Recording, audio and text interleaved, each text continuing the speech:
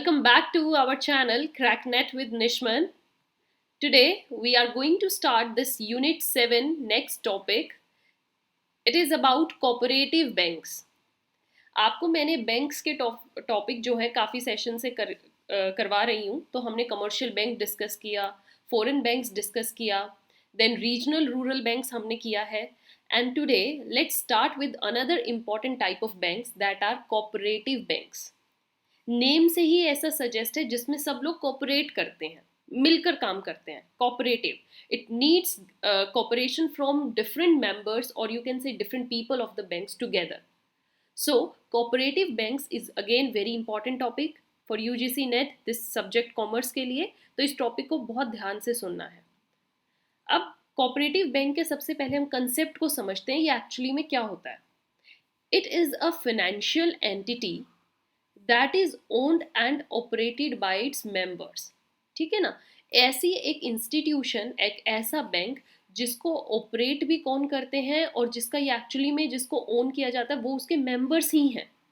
ठीक है ना. मेंबर्स ने ही उसको बनाया है, मेंबर्स ही उसकी सारी एक्टिविटीज़ को ऑपरेट कर रहे हैं, पैसा भी उसमें मेंबर्स का ही है और वहाँ से जो सेविंग्स है या जो उसका प्रॉफिट्स है उसको इंजॉय भी मेंबर्स ही करेंगे.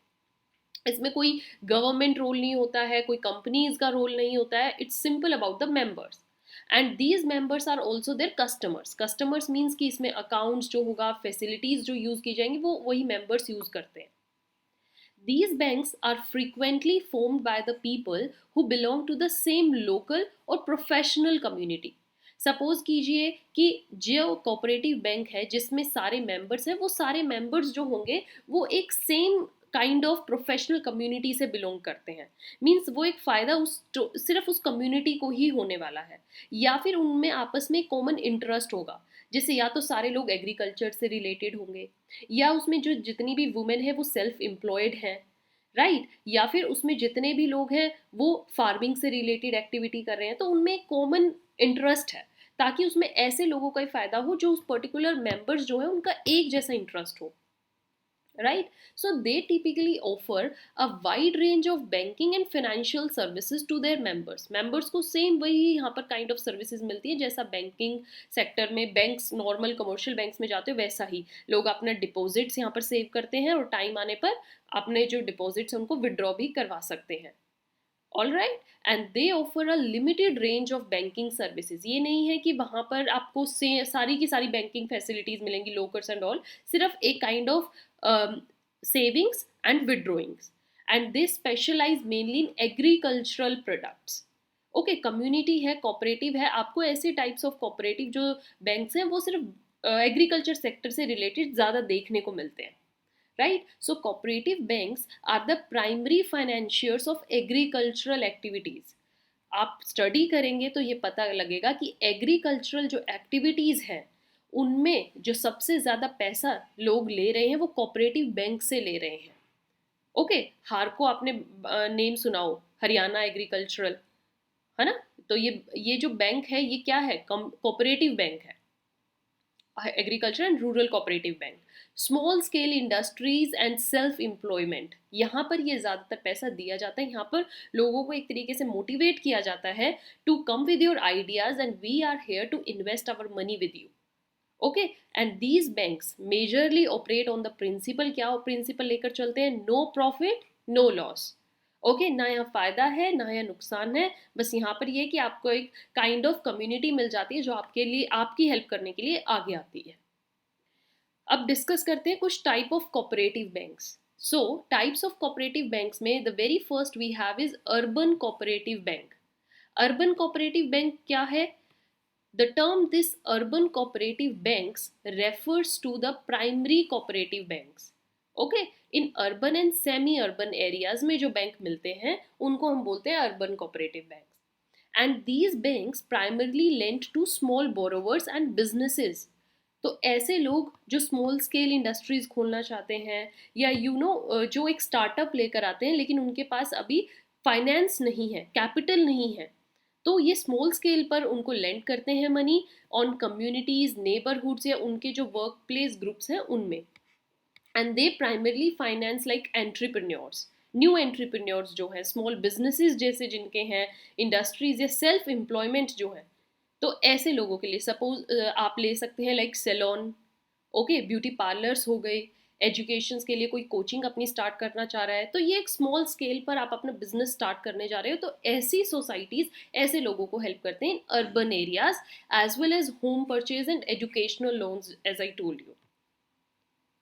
अब ये था फर्स्ट टाइप। अब हम सेकंड टाइप की जो बात करते हैं वो है state cooperative banks.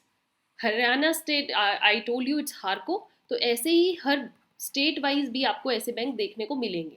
So a state cooperative bank क्या है? It is a federation of the central cooperative bank का ही एक सब पार्ट है, और जो मेजरली सर्व करता है as state's custodian of cooperative banking structure. Now cooperative banks in rural areas primarily serve agricultural based activities. ये जो स्टेट कोऑपरेटिव है ये ऐसे बैंक है, ऐसी एक्टिविटीज़ के लिए आए हैं जो मेजरली आपको रूरल एरियाज़ में देखने को मिलती हैं। और रूरल एरियाज़ में कैसी एक्टिविटीज़ हैं? लोग ज़्यादा किस चीज़ पर डिपेंड है? एग्रीकल्चरल बेस्ड एक्टिविटीज़, जैसे कि फार्मिंग हो गया, लाइव स्टॉक हो गया, डेयरीज हो गया, हैचरीज आपको देखने को मिलती हैं, and other like same similar kind of activities. All right, and they also give loans to the small scale businesses. Rural areas में भी small scale businesses अब काफ़ी देखने को मिलते हैं, cottage industries देखने को मिलती हैं, self employment like artisanship. So these are certain kinds of activities जिनके लिए आप हमारे पास क्या है, cooperative banks है जो अपने ही members की help करता है। All right, now let's understand certain features ताकि आपको cooperative banks का एक concept clear हो। और UGC नेट में features से related question आता है, तो आपको फीचर्स क्लियर पता होने चाहिए। फीचर्स में क्या लिखेंगे हम, देखिए, like members of the cooperative banks are both customers and owners of the bank.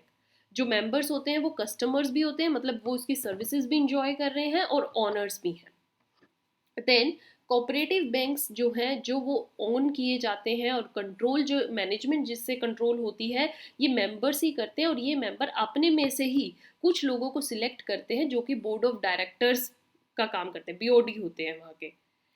And अब बीओडी सिलेक्ट करने के लिए वोट होगी, तो वोट का सिस्टम भी वहाँ पर डेमोक्रेटिक वे है। कैसे? According to the cooperative principle, one person one vote, means member के पास एक वोट होगी और वो अपने राइट्स इक्वली इंजॉय करते हैं, इक्वल वोटिंग राइट्स वहाँ पर देखने को मिलेगी।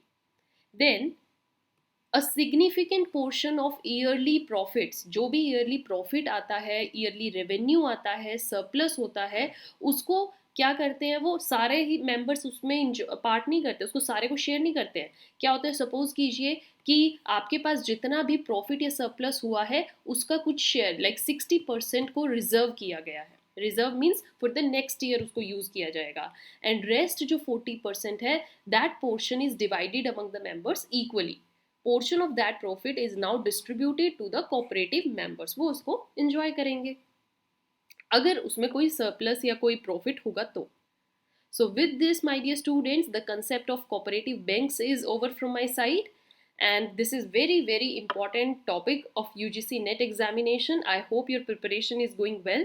आप अपने concept wise syllabus को complete करते रहिए, कोई topic skip नहीं करना है, and if you have any kind of doubt, you have any kind of inquiries, you can mail us on this mail, learnwithnishman@gmail.com. Till then, keep watching, keep sharing. Thank you.